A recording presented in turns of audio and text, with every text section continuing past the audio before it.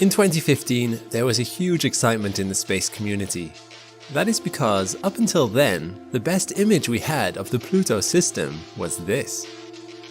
Hubble also squinted its lens at Pluto, but it is so small and distant, the best it could see was a few blobs of color variation. But in 2015, this all changed. That is because, after a 9-year journey, the New Horizons space probe flew by the dwarf planet, giving us a detail and fidelity of Pluto and its moons like we had never seen before. So the question is, what did the New Horizons probe see and discover during its flyby of the Pluto system? And what has it been doing since the flyby?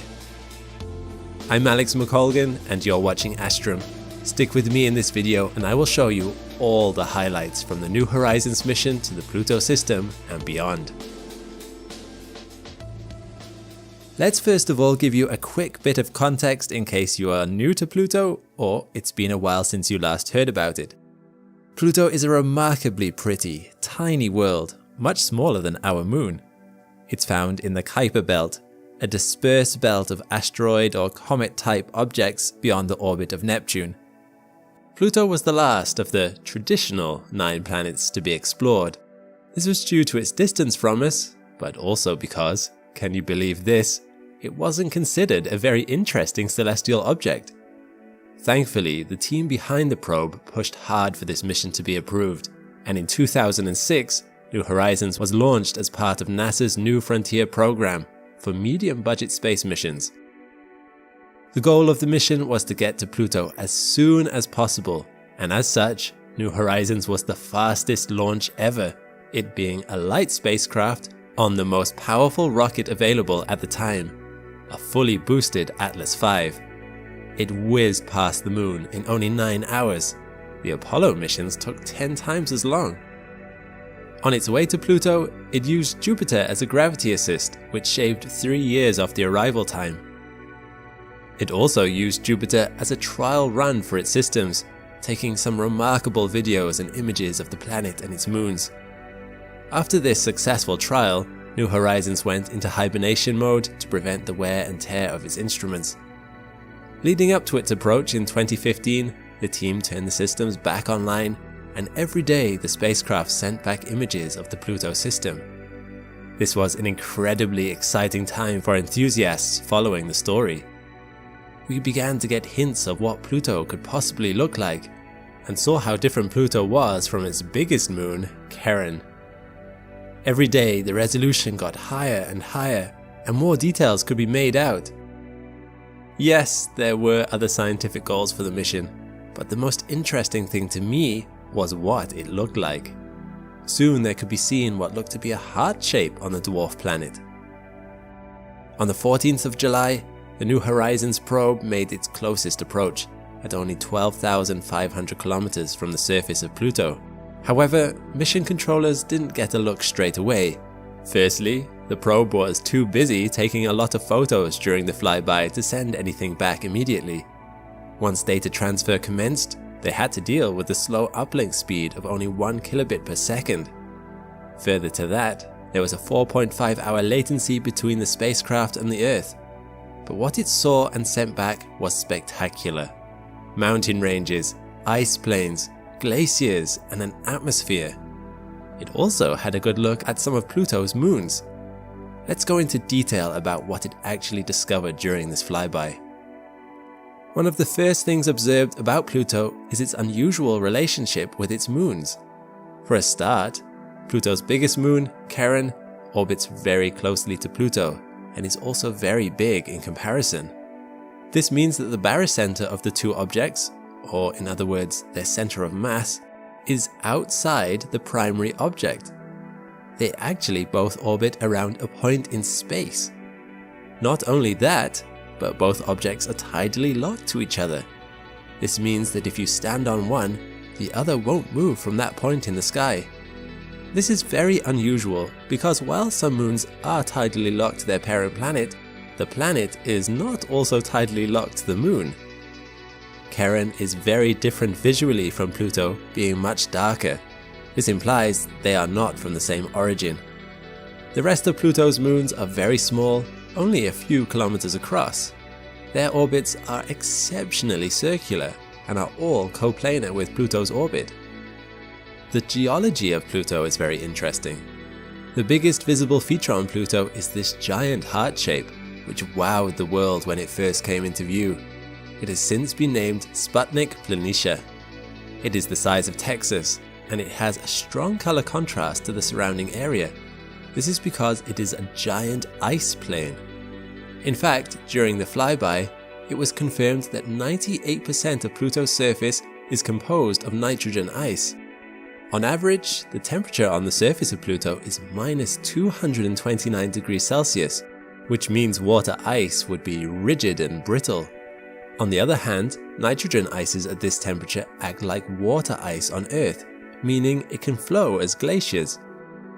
This can especially be seen around the edge of the heart, glaciers flowing into the gaps around the craters and mountain ranges.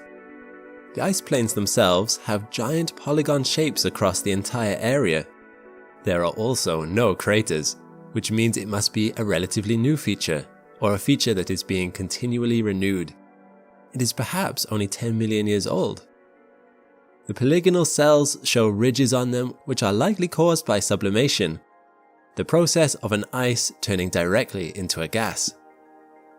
Ices sublimate and freeze here regularly, creating troughs and pits, meaning these polygons are likely to be convection cells. These cells are moving and can be seen pouring into the mountain ranges surrounding the region through slow-moving glaciers. Sputnik Planitia could be compared to Greenland and Antarctica, in that it controls the climate of Pluto heavily. Although it is not known for certain, Sputnik Planitia could have formed from an impact, and ices filled the crater in from a potential subsurface liquid ocean. This filled-in basin actually causes a positive gravitational anomaly. A gravitational anomaly is where the gravity at one point is different from elsewhere on the object. The ice plane is directly facing away from Charon, which would align it up with the object's tidal axis. Due to the short distance between Pluto and Charon, tidal effects are very strong on both objects. This could be the reason why Pluto is tidally locked to Charon, and the two objects can't look away from each other. Surrounding the ice plains are vast mountain ranges made of water ice, which, when viewed from the side on, look spectacular. Water ice is the only type of ice detected on Pluto that would be strong enough to support heights of several kilometers at this temperature. Among the mountains found on Pluto, there might also be some which are cryovolcanoes, some of the most likely candidates being Wright Mons. It is 4 kilometers tall, one of the highest peaks on Pluto, and a big depression is found in the center. Cryovolcanoes could be a contributing factor for Pluto's young surface. Here is an extremely interesting region called Tartarus Dorsa. It is an extensive, highly distinct set of 500-meter high mountains that resemble snakeskin or tree bark. They are thought to be penitentes. If that is true, Pluto is the only place in the solar system other than Earth where they have been observed. Even on Earth, they are very rare, but some can be found in the Atacama Desert and other dry, high-altitude regions. The ones on Pluto are much taller and cover a much vaster area than on Earth. We can only imagine what they look like up close. Another obvious feature of Pluto is the dark material that seems to be sprinkled on the surface in some areas. The biggest such area is called Cthulhu Macula. It is weirdly reminiscent of a whale in shape, as can be seen in this image. The region on Pluto is much more heavily cratered than the heart, which implies the surface there is much older. Mountain ranges can be seen in the middle of Cthulhu Macula, topped with what is thought to be methane ices. Methane apparently condenses as frost at higher altitudes on Pluto. The dark color is thought to be a deposit of tholins, a kind of tar made up of hydrocarbons that have interacted with sunlight. Similar deposits can be seen on one of Saturn's moons, Iapetus, so the process has been seen elsewhere in the solar system. Scientists suspected this substance was tholins as soon as New Horizons started sending images back, but its distribution over Pluto's surface was baffling. Why are only some areas covered? Also, how dynamic are the processes surrounding the distribution of tholins? Has Pluto looked like this for a while, or is this a changing environment? It turns out that these tholins may well be connected to cryovolcanism found on Pluto. Pluto is one of the few objects in our solar system where cryovolcanoes are actively shaping its surface. Water from either the mantle or from pockets of water trapped in the crust erupt over the surface of Pluto, creating a varied landscape. But it turns out that it's not just water found in these eruptions, but tholins are clearly mixed in too. Data from Hubble suggested that Pluto was getting redder, and new horizons may have passed by during Pluto's reddest time of its year. And new horizons may have found out why. Here, in a region called Viking Terra, we see a cryovolcano that has fountained this water tholin slurry across the immediate surroundings. Just next to this region, we see a crater and trough filled by this slurry during another eruption. By the trough, you can see where this slurry flowed down and pooled. This can also be seen in another region by Virgil Fossae, another trough where this slurry has travelled down. However, the most interesting thing about tholins is not found on Pluto itself, but rather on its twin dwarf planet, Charon. In this enhanced colour image of Charon, what do you immediately notice? The red cap over its north pole. Incredibly, because Pluto's gravity is so weak, when it erupts this slurry mixture, some of it escapes Pluto altogether and makes the 19,000 kilometer journey to Charon. The tholins are localized here because Pluto and Charon are tidally locked to each other. They only ever show each other one face. Poetically speaking, Pluto is always hiding its heart from Charon in this eternal waltz. This means that more tholins fall on a specific spot on Charon rather than all over. And speaking of Charon, some interesting discoveries have been made about it too. It is a water ice world, unlike Pluto, whose surface is predominantly nitrogen ice. As such, it doesn't really have an atmosphere like Pluto does, as the water ice is locked to the surface. On Pluto, the nitrogen ice sublimates depending on Pluto's seasons, meaning Pluto's atmospheric density can vary by many orders of magnitude over the course of its year. With this sublimating and refreezing of the atmosphere, Pluto's appearance may change dramatically over the course of its 248-year-long seasonal cycle. For me, the most impressive discovery that New Horizons was able to confirm was that Pluto has an atmosphere. And not only that, but the images are incredible. Due to Pluto's small size and weak gravity, the atmosphere appears to extend high above the surface of Pluto. Earth's atmosphere, while being much more massive and dense compared to Pluto, hugs the planet comparatively tightly as the gravity is a lot stronger. The atmospheric pressure on Pluto, on the other hand, is exceptionally low, roughly 10 microbars, or 100,000 to 1 million times weaker than the surface pressure on Earth. It is theorized that the pressure could increase to as much as 18 to 280 millibars, 3 times the surface pressure on Mars and a quarter of the surface pressure on Earth. This may happen throughout Pluto's year. At some points in its orbit, it is closer to the Sun than Neptune. This would make the temperature rise, causing the surface ices to sublimate into gases, the process of which there is evidence of in the ice plains. But the last time Pluto was thought to have an atmospheric density similar to Mars was 900,000 years ago. At this pressure and temperature, the conditions could be right for liquid nitrogen to form on Pluto's surface. Some evidence of this might be found here, in what appears to be a frozen lake. At any rate, within just 1 year, Pluto's atmospheric density can vary by a factor of 4 due to seasonal variations. That is a massive contrast compared to other solar system objects with atmospheres, which generally stay pretty consistent. The atmosphere consists of the same ices found condensed on the surface, namely nitrogen, methane, and carbon dioxide. The other fascinating discovery New Horizons made about the atmosphere is that it has up to 20 haze layers. Haze layers themselves were not unexpected, but the amount of them was. They can clearly be seen in some of these images, acting like layers of a thin kind of fog. Sunlight can be seen streaming through one such layer in this photo, the shadows from the mountains clearly seen in contrast to the sunlight shining through the haze. The layers do not appear to be level across the planet. Here you can see this haze layer high above the surface, but on this side of the image it touches the surface.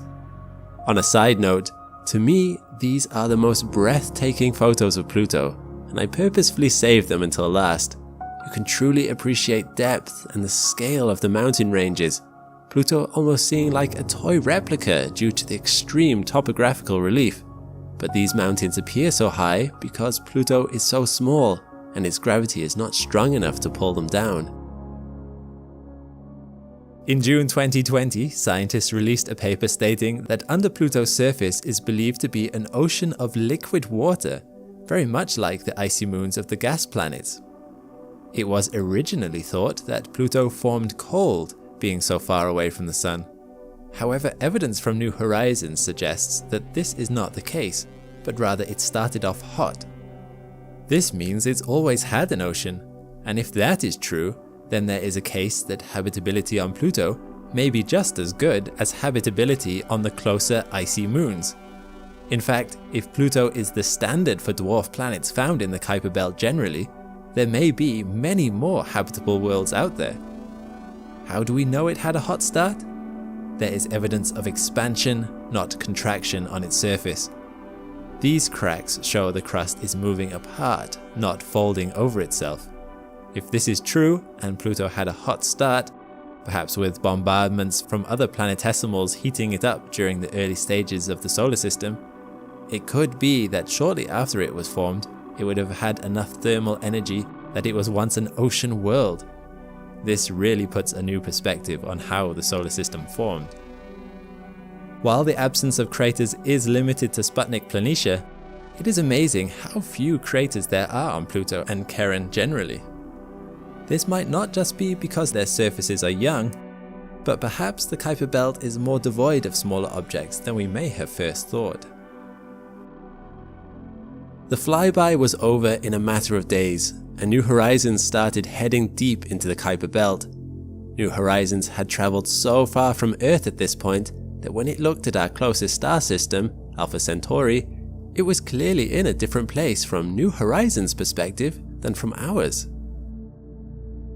This is due to the parallax effect, something I've done a video about here if you want to see some more astronomical examples. It's just mind-boggling to me to think about how far New Horizons has travelled relative to us, so much so that Alpha Centauri has moved from New Horizons' perspective. Conversely, however, New Horizons has travelled all that way, and that's the only difference it's made to the view of our closest neighbour. Space is just so big. When New Horizons made its flyby of Pluto back in 2015, it barely slowed down at all. Its trajectory after the encounter actually took it further into the Kuiper Belt. Given that this region is so far from Earth, it is largely uncharted territory, a place where no man has gone before. So, did the New Horizons team know of an object that they could visit next? Yes, they did, and its name is Arrokoth. But incredibly, they didn't even know of its existence before New Horizons was launched. So, what is Arrokoth? What does it look like? And what makes it unlike anything we've ever seen before? You see, the year previous to the Pluto flyby, time had been given to the New Horizons team with the Hubble Space Telescope so that they could locate an object for New Horizons to visit after Pluto. Hubble actually discovered 3 new objects reasonably close to where New Horizons would be going, and after studying the data, the 35-kilometer long object now known as Arrokoth was chosen. As a result, Arrokoth would be the first object visited that was discovered after the spacecraft visiting it was launched. New Horizons was healthy and well after the Pluto flyby, with propellant left in its tank and years left in its RTG, and so commands were quickly sent to New Horizons by the mission team to adjust its course so that it could rendezvous with a promising new target. Being so small and far away, we didn't know much about the object. All Hubble could detect was its color and the dips and peaks in its brightness as it rotated. However, scientists also observed Arrokoth's occultation of a star. Incredibly, from this occultation, they were able to predict the shape of Arrokoth, and as you will see later, this prediction was almost exactly right. At the very least, they knew it would be an elongated object, so potentially a contact binary, or simply a long asteroid-type object. It was up to New Horizons to confirm their predictions. 3 years after leaving Pluto, in August of 2018, New Horizons began its approach phase at a distance of 172 million kilometers. At this distance, Arrokoth was barely visible to New Horizons against the backdrop of distant stars. But by December 2018, it was bright in New Horizons' view. Traveling at 51,000 kilometers an hour, New Horizons was rapidly gaining on Arrokoth, and science data at this point was already beginning to be collected. As New Horizons got closer and closer, Arrokoth's shape could start to be resolved. It was bizarre looking, what appeared to be a contact binary, and was relatively crater-free with a lumpy surface. It was unlike any of the asteroids or comets we had ever seen up close before. On the 1st of January 2019, New Horizons made its closest approach at a distance of only 3,500 kilometers from its surface, and it was on this day that it captured most of its science data. This flyby made Arrokoth the most distant object ever visited by a spacecraft, being 6.5 billion kilometers from the Sun at the time, or roughly 45 times further away than the Earth is from the Sun. Being this far away, the data speed was abysmally slow between Earth and New Horizons at only 1 kilobit per second, although I will mention that it's incredible to me that the technology was there for them to communicate with New Horizons at all. This slow data transfer speed has meant that it's taken around 2 years to send all of the data it collected around Arrokoth back to Earth. The highest priority data was sent back first, namely the images, although I do remember at the time that the highest resolution images took a while to arrive back. Only low resolution images were available when all the media outlets were publishing stories of the flyby, meaning I would guess that most of the general public never saw Arrokoth in all of its glory. So, here it is, the highest resolutions we have of this fascinating object in true color. What you'll immediately notice about Arrokoth is that it is reddish in color, unlike most asteroids nearer to home, which are grayer and darker. It's red because of a similarity it shares with Pluto. It has an abundance of tholins on its surface. Tholins are organic compounds that have been broken down by solar and cosmic rays. Organic compounds on the surface probably included methane and ammonia at one point. However, Arrokoth does not have any of these substances left, probably due to its low mass. What Arrokoth's spectra does reveal is that it has methanol, hydrogen cyanide, and water ice on the surface. This abundance of methanol on Arrokoth's surface is the main factor behind its red color, as irradiated methanol is likely the cause of the tholins. However, there is a bit of a mystery in Arrokoth's spectra, as interestingly, there is also an absorption band at 1.8 micrometers in Arrokoth's spectra, and scientists do not know what this compound is. It is yet to be identified. It's nothing we've seen before. It's a shame we weren't able to get a sample of its surface to be able to say for sure. The next thing you'll notice about Arrokoth, compared to asteroids closer to home, is the absence of small impact craters. It is believed that this is due to the nature of the Kuiper belt itself. It could have 20 to 200 times the mass of our asteroid belt, but a lot of this mass is also contained within large Pluto-like bodies which dot the belt. While we can't say for sure what the population of the Kuiper belt is, it is definitely more spread out than our asteroid belt, simply because it's 20 times as wide and has a much bigger circumference. Being this far from the Sun means orbital speeds are much slower, so even if an impact does occur, it will be at a low velocity. Meteorites you see creating shooting stars in the Earth's atmosphere may hit us at around 75 kilometers a second, whereas impacts in the Kuiper belt may only be at speeds of 300 meters per second. This depression here, which looks like a crater, may not actually have been formed from a collision, but it could be a sinkhole caused by the escape of volatile substances just under the surface. The lack of collisions means that what we see of Arrokoth now is like a time capsule from the early solar system, an object that has been preserved for billions of years. Although, a slow collision is one of the ways this object may have come into being. When asteroids in the asteroid belt impact each other at high speeds, they either cause craters or cause the body to completely fragment. But a slow collision, like those in the Kuiper belt, may cause both objects to simply merge. It may also be that the two lobes of Arrokoth formed side by side in a swirling cloud of ice fragments that coalesced into two orbiting bodies. Eventually, these bodies got closer and closer until they joined together. In any case, the merging would have happened very slowly because there weren't many fractures or stress lines to speak of, so the maximum speed of the collision would be no more than 2 meters a second. Plus, the two objects would have also had to have been tidally locked to each other before merging too. The fact that both lobes of Arrokoth look very similar gives weight to the theory that they formed in the same region.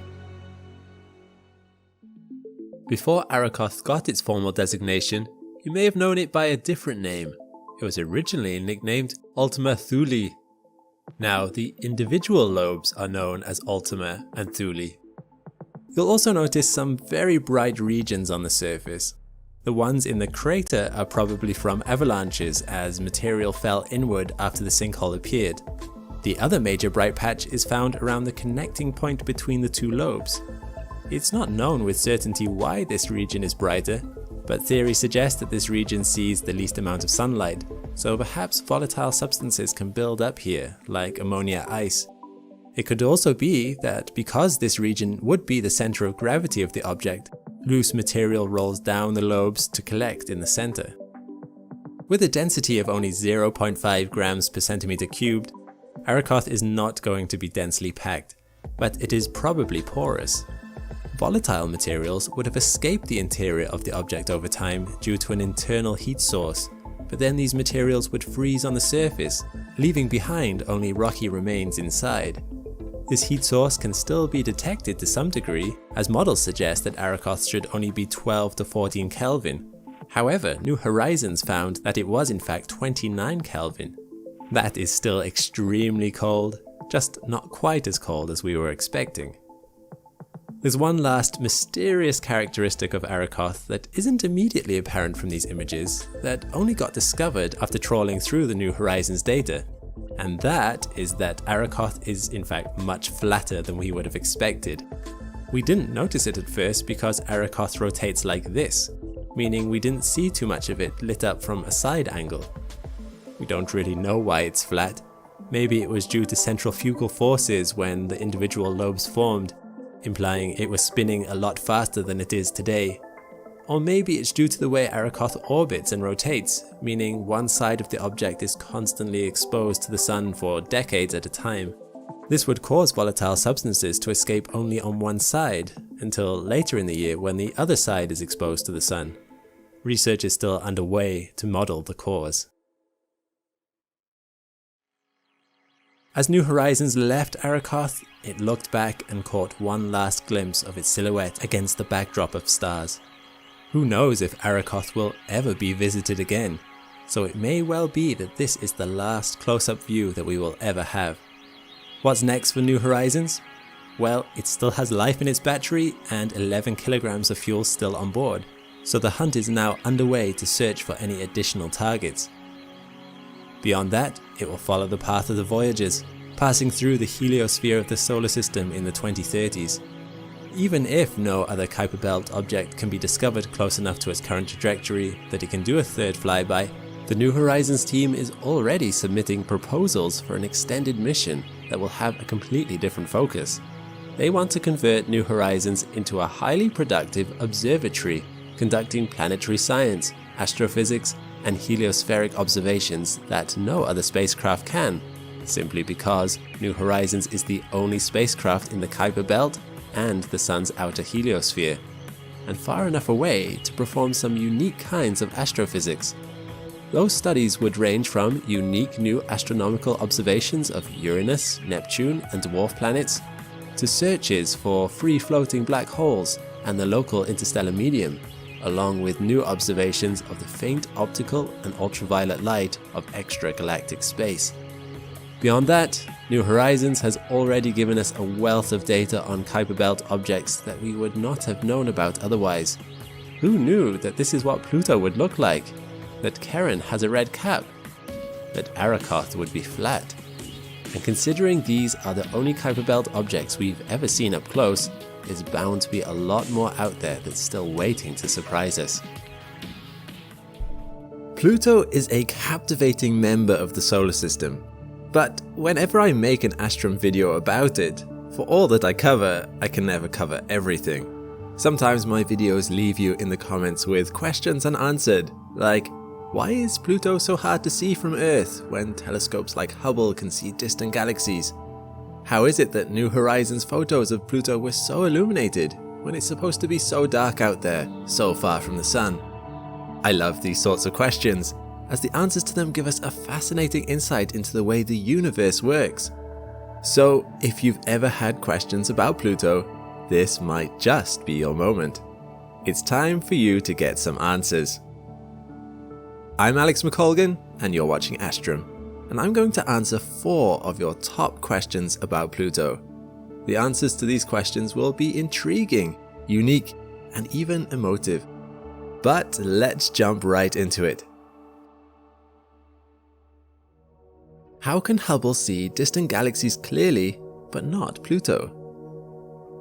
Hubble has taken some of the most breathtaking images of space that we know of, giving us clear views of galaxies millions of light years away.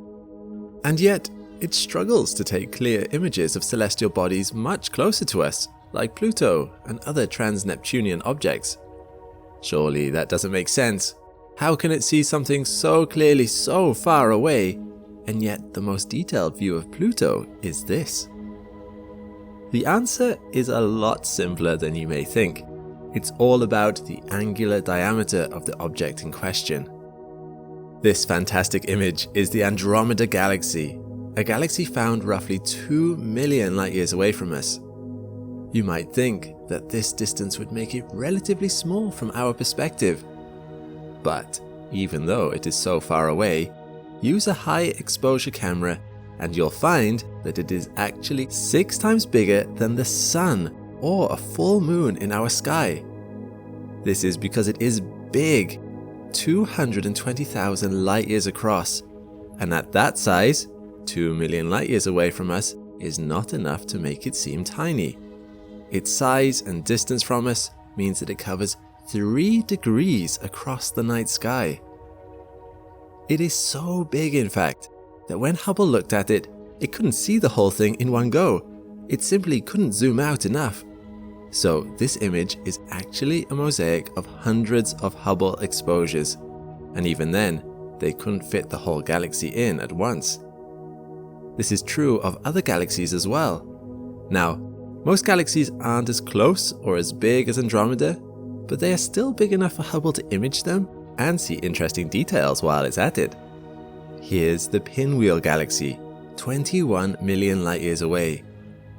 Notice how it covers the gap between some foreground stars found in our galaxy. That's to give you some idea of how big it is in the sky. If you could see it clearly with your naked eye, it would appear just smaller than the moon. I hope this is giving you some perspective. Even though it is so far away, it is huge, and so still has a large apparent size in our sky. As you can imagine, this makes it much easier to image. Just as a side note, I can only imagine how beautiful it would be if all galaxies local to us were bright enough to be visible to the naked eye. But what about Pluto? We might need to clarify our measurements. To describe the size of something in the sky, astronomers use degrees, arc minutes, and arc seconds. 60 arc minutes in a degree, and 60 arc seconds in an arc minute. So Andromeda was 3 degrees across, and the moon is about 30 arc minutes across. the Pinwheel Galaxy is about 28 arc-minutes across. Pluto is a minute 0.11 arc-seconds across at its closest approach to us. That makes it ridiculously small in our night sky. A wonder that Hubble can resolve any details on it at all. But again, closer and larger planets, which have bigger apparent sizes, can be resolved more easily by Hubble. That's why sending New Horizons to Pluto back in 2015 was so exciting. We really didn't know what to expect before we got there, as we don't have a telescope powerful enough to resolve any details on Pluto. And so everything New Horizons sent back was a revelation. Here's one last example from right here on Earth to really hit the idea home. In this picture, you can see objects at various distances and sizes. I want you to think of this flower as Pluto. It's small and blurry at this distance, and yet there's some buildings in the background much further away than the flower, which are clear in this image. Imagine these are the galaxy's Hubble images. So that should clear up the mystery of our first question. On to number 2. Why does Pluto and its big moon Charon orbit around a point in empty space? Not all of you would know that Pluto was doing this, but those who had heard of it might have cause to wonder. Is there something invisible and hugely dense there? Perhaps some kind of tiny, lurking black hole? As the New Horizons probe approached Pluto and Charon in 2015, it saw this orbiting phenomenon up close and in detail. But in reality, no black hole explanation is necessary. Scientists were expecting this before New Horizons even arrived, even though they had never detected anything present at that point. This is because everything in space, not just Pluto, orbits around a barycenter. A barycenter is the center of mass between two objects. To help visualize this, if I get a nice butternut squash on one end of a stick and a kiwi on the other, we can see that the center of mass is more towards the butternut. For most of the planets, with their much greater mass than the moons orbiting them, the center of mass in these situations resides within the planet itself, meaning it wobbles as the moon's gravity tugs on it. With Pluto and Charon though, they are much more similar in mass, which means the point in which they orbit is outside of Pluto, making it appear like they are swinging around an invisible object in space. The only other place that this happens with all the other big celestial objects in the solar system is, surprisingly, the Sun and Jupiter. So, another enigma about Pluto solved. Now, what about number 3? A lot of you have asked, how are the New Horizons images of Pluto so bright, seeing as Pluto is so far away from the Sun? Surely Pluto would be pitch black in reality, right? Well, the answer is, with your naked eye, if you were to look at Pluto, it would indeed be darker than in these images. But interestingly, not as dark as you may suspect. Thankfully, we don't have to try and imagine it, because twice a day on Earth, at dawn and dusk, the illumination of our sky matches how bright Pluto can get at its high noon.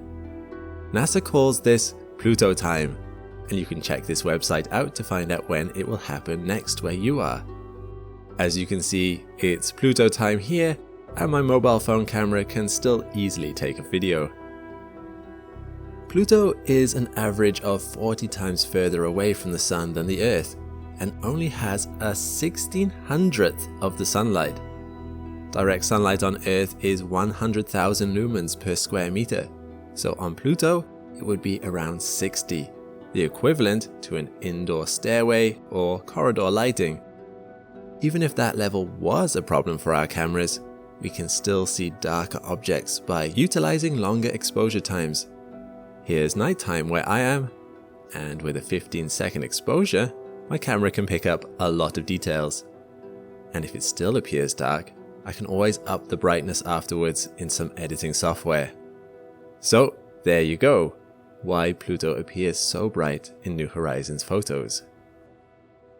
We've got one last question to go, and I think this perhaps is the biggest question the general public ask about Pluto. It is part a search for answer, part a cry at the injustice of it all, but its answer actually comes with some fascinating nuance. It is, of course, this. Why is Pluto not a planet anymore? Before I explain, did you know that we once were considered to have 100 planets in our solar system? It's true.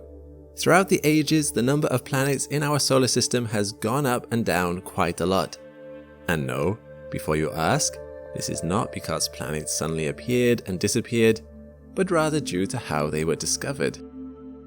Since antiquity, there were 5 planets beyond Earth, which are the ones visible to the naked eye: Mercury, Venus, Mars, Jupiter, and Saturn. The ancient Greeks added the Sun and the Moon to their list of planets, but that idea never really caught on.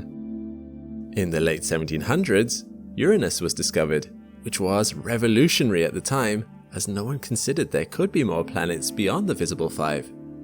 After this discovery, more and more planet candidates were being found, like Ceres, Vesta, Pallas, and Juno, which are all found in what we now know as the asteroid belt, or the large belt of asteroids between the orbit of Mars and Jupiter.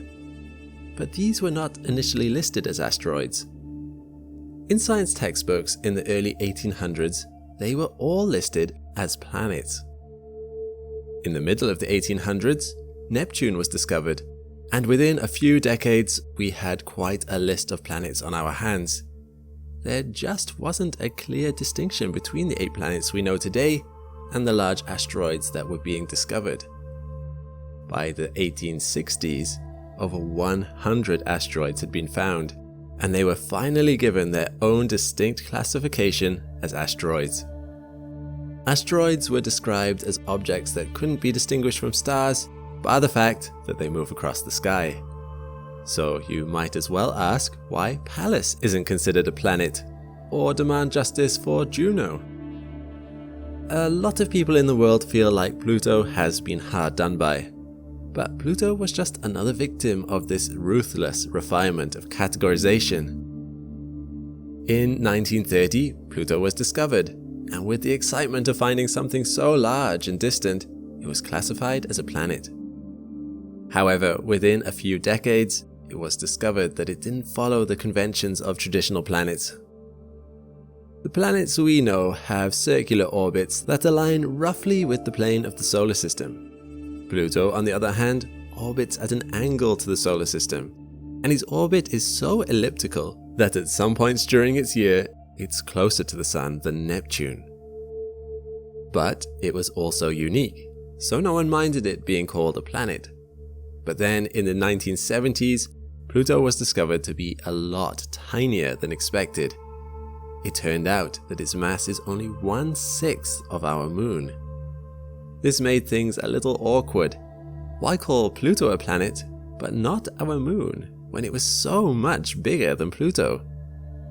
Trouble continued for Pluto in the 90s, when telescopic technology had greatly increased, and other worlds were being discovered in and around the orbit of Pluto. Just like the discovery of the asteroid belt, it quickly became apparent that there was another belt beyond the orbit of Neptune, now known as the Kuiper belt. These objects are still being discovered, the most famous ones being Eris, Sedna, Haumea, and Makemake. But seriously, they have found a lot. Just look at this list. In 2006, the International Astronomical Union knew that something had to be done. It was time to come up with a new definition for the word planet. They finally classified a planet as a celestial body that A. is in orbit around the Sun, B. has sufficient mass for its self-gravity to overcome rigid body forces so that it assumes a hydrostatic equilibrium, or a nearly round shape, and C. has cleared the neighborhood around its orbit. So, although Pluto fits the bill for the first 2 categories, because it lies in the Kuiper belt, it has not cleared its orbit and thus is not a planet. I have heard argument that lots of the planets actually have many asteroids in their orbits too, but it is a bit different to have some asteroids around you compared to being in an actual belt. Pluto is instead known as a dwarf planet, which is almost the same except it's not massive enough to have cleared its orbit. We shouldn't see this as a slight against Pluto, but rather because of these new discoveries, we have a whole new category of celestial objects to learn about. Also, because of the classification change, there is a silver lining for the Once Planet series. It got promoted from being an asteroid to becoming a dwarf planet. Better than nothing. So there you have it, 4 questions about Pluto solved. But how many more questions have now arisen? Perhaps as you've watched the icy beauty of Pluto and learned of its mysteries, all that's happened is it's got your mind turning in even more directions. Like the mythical Hydra, maybe this is a beast that can never truly be slain with just chopping off its heads. But that's part of the beauty of the universe. We can learn so much, and there is still so much more to learn. It's the journey that is the most satisfying. If watching this video has sparked in your mind any more questions about Pluto, its motions and characteristics, or about our solar system in general, let me know in the comments below. I might do more videos like this one going forward, and would love to know what you think. But for now, whatever you were wondering about Pluto, hopefully you now know a little bit more. This is Pluto. A strange and beautiful world, so remote that the sun looks merely like a bright star in its firmament. The icy dwarf planet, which sits at the edge of the Kuiper Belt, a disc-shaped region of dispersed bodies beyond the orbit of Neptune, looks like a fever dream of towering peaks, nitrogen ice glaciers, and winding canyons. It's extremely tiny, much smaller than our own moon and far more colourful. Its surface hue varies from white to red to burnt orange and charcoal black. As a contrastive body, it is second in the solar system only to Saturn's moon Iapetus. Yet, until recently, even high-powered telescopes like Hubble could only make out just a few blobs of colour on it. Pluto is so small and distant, being nearly 5 billion kilometers from Earth at its closest approach, that we only had a vague sense of what it looked like. However, that all changed in 2015 when NASA's New Horizons probe transmitted the first up-close images of Pluto ever taken, and they were astonishing. Veterans of this channel may remember previous videos I released on the New Horizons mission, but those were just the tip of the Plutonian glacier, so to speak. When it comes to Pluto, there's a lot to talk about, and we still have many more questions than answers. So what else can we learn about Pluto? What surprised scientists, and how are recent studies changing our understanding of the dwarf planet's past and present? I'm Alex McColgan, and you're watching Astrum. Join me today as we return to Pluto and highlight some of the most incredible features New Horizons saw on its flyby. New Horizons launched in January 2006 from Cape Canaveral Air Force Station. Its primary mission was to photograph and collect information on Pluto and its moons Charon, Styx, and Nix, not to mention Kerberos and Hydra, which hadn't been discovered yet. On the 14th of July 2015, 9 years into its mission, New Horizons made its closest approach to Pluto, capturing a breathtaking glimpse of its surface that exceeded our wildest imaginings. Ice mountains, nitrogen glaciers, cryovolcanoes, and canyons. But given the immense distances involved, transmission was limited to just 1 to 2 kilobytes per second. It took 15 months to downlink the full dataset, which caused a sensation every time NASA released a new image. As I look at these images today, my sense of wonder hasn't dimmed. There's so much information to unpack. It feels a bit like working on a puzzle.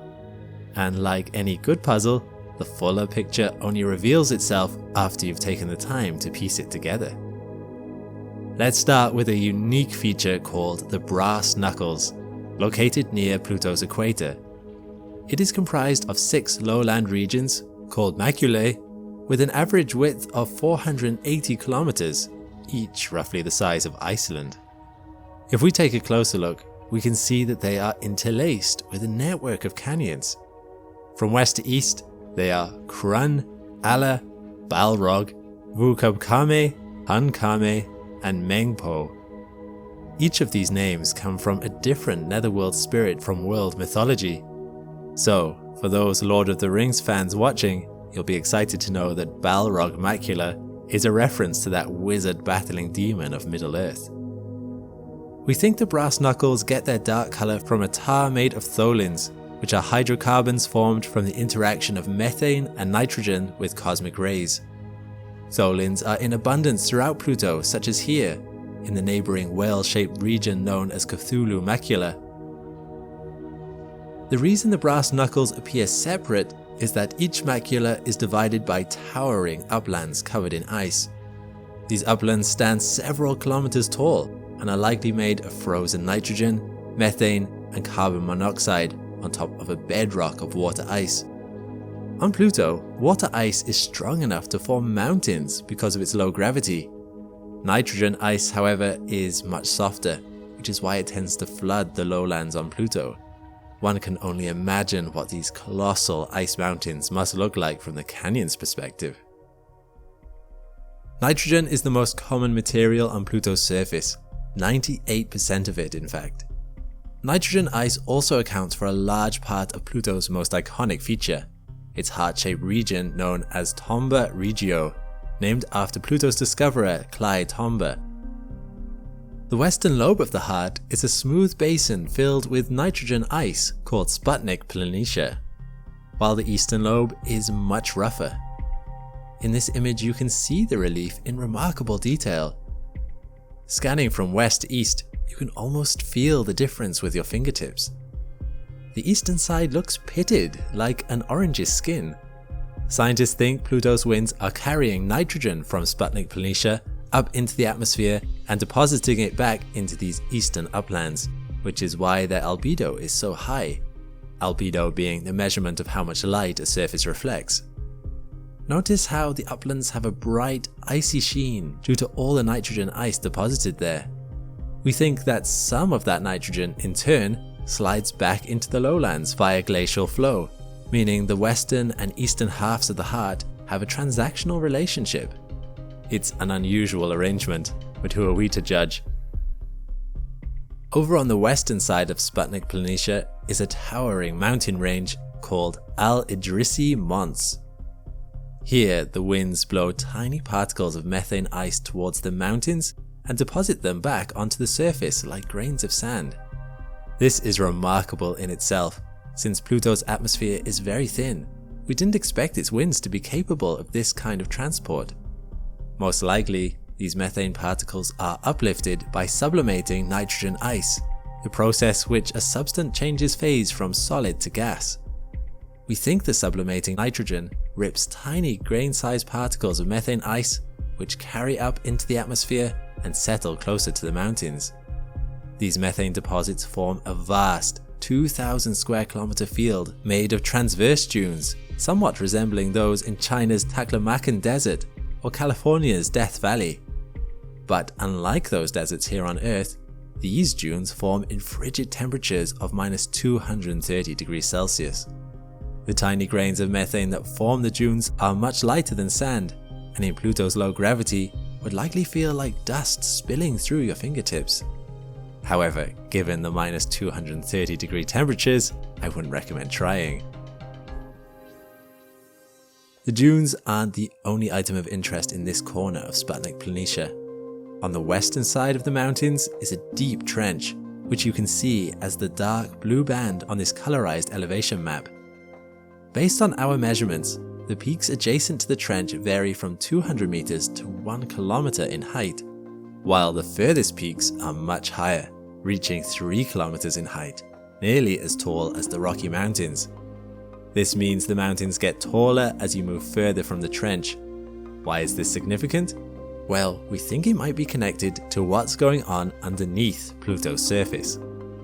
You see, one of the most fascinating revelations we've recently made about Pluto is that it may have had, and might still have, a vast subsurface ocean.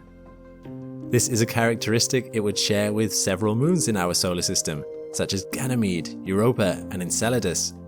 The fact that Pluto could host liquid water at all is remarkable when you consider how far away it is from the Sun. It would have to generate significant heat from nuclear decay in its core, yet Pluto is smaller than our own moon. Given the diminutive size of its core, you wouldn't expect it to generate a lot of heat, so the evidence for a subsurface ocean took a lot of people by surprise. This is very interesting, but I'm sure you're wondering what it has to do with the mountains we just looked at. Well, a 2019 study published at the Lunar and Planetary Science Conference argues that the Al-Idrisi Mountains have very likely moved east through solid-state convection. This movement could have produced both the deep trench on the mountain's western side, as well as the uplift we see in the rising peak elevations moving from west to east. If this theory is true, these dynamic processes happening on Pluto's surface would seemingly support the idea that there is a layer of liquid water beneath its icy crust. We see other evidence as well, in the form of cryovolcanoes. Right Mons is one potential cryovolcano we've looked at previously on this channel, but here it is in the highest resolution color view that the New Horizons team assembled. What you're seeing is a composite of images taken by the probe's LORRI camera and its RALPH multispectral visible imaging camera. Right Mons is a massive structure made mostly of water ice, standing 4 kilometers tall, with a gaping depression in the middle. And it may have been active fairly recently, as evidenced by the lack of impact craters in the surrounding area. Scientists spotted another potential cryovolcano to its southwest called Picard Mons, and it's even more massive, rising 7 kilometers tall. Sadly, it was already in darkness by the time New Horizons was able to capture it, so the images aren't quite as clear as those of Right Mons, but you can see it here in this colorized topographic map. It too has a huge depression in its center. The depressions of both structures are reminiscent of cauldrons we see here on Earth, but they are much larger relative to the size of the volcanoes. Looking closely, there appear to be concentric rings surrounding the depressions, indicating, perhaps, a series of eruptions followed by a retreat of magma and subsequent collapse of the vents. Just to be clear, we haven't yet confirmed that these are definitely cryovolcanoes, but the literal mountain of evidence is hard to deny. So, there we have it. Another group of incredible features New Horizons found on Pluto. And given the surprising revelations about its possible subsurface ocean, you can be sure that there will be a lot more research on the subject. What more discoveries do you think we'll make? Could we one day find life in Pluto's ocean? Will we send a probe to another of the dwarf planets in the Kuiper belt, such as Eris? It's been proposed, but the spaceflight alone will take over 20 years. All the more reason to appreciate the wonderful images New Horizons captured. Thanks for watching, and thanks to our crew of Astromnauts over at Patreon who help us make science knowledge freely available to everyone. Chasing the algorithm can be hit and miss sometimes, so your contributions help us keep making the content we love. And if you want to join the Patreon, there's never been a better time to get in on the party. Just sign up with the link in the description. When you join, you'll be able to watch the whole video ad-free, see your name in the credits, and submit questions to our team. Meanwhile, click the link to this playlist for more Astrum content. I'll see you next time.